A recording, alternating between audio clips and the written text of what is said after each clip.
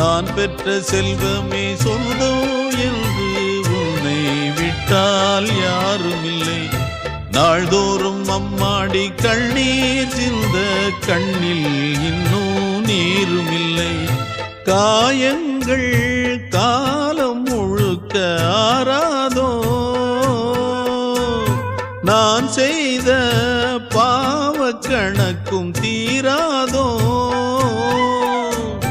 மகிழம்பூவே எந்தன் மணிமுத்தே, குழலை போலே தினம் மழலை பேசும் இளம் பூங்கொத்தே பூங்கொத்தே.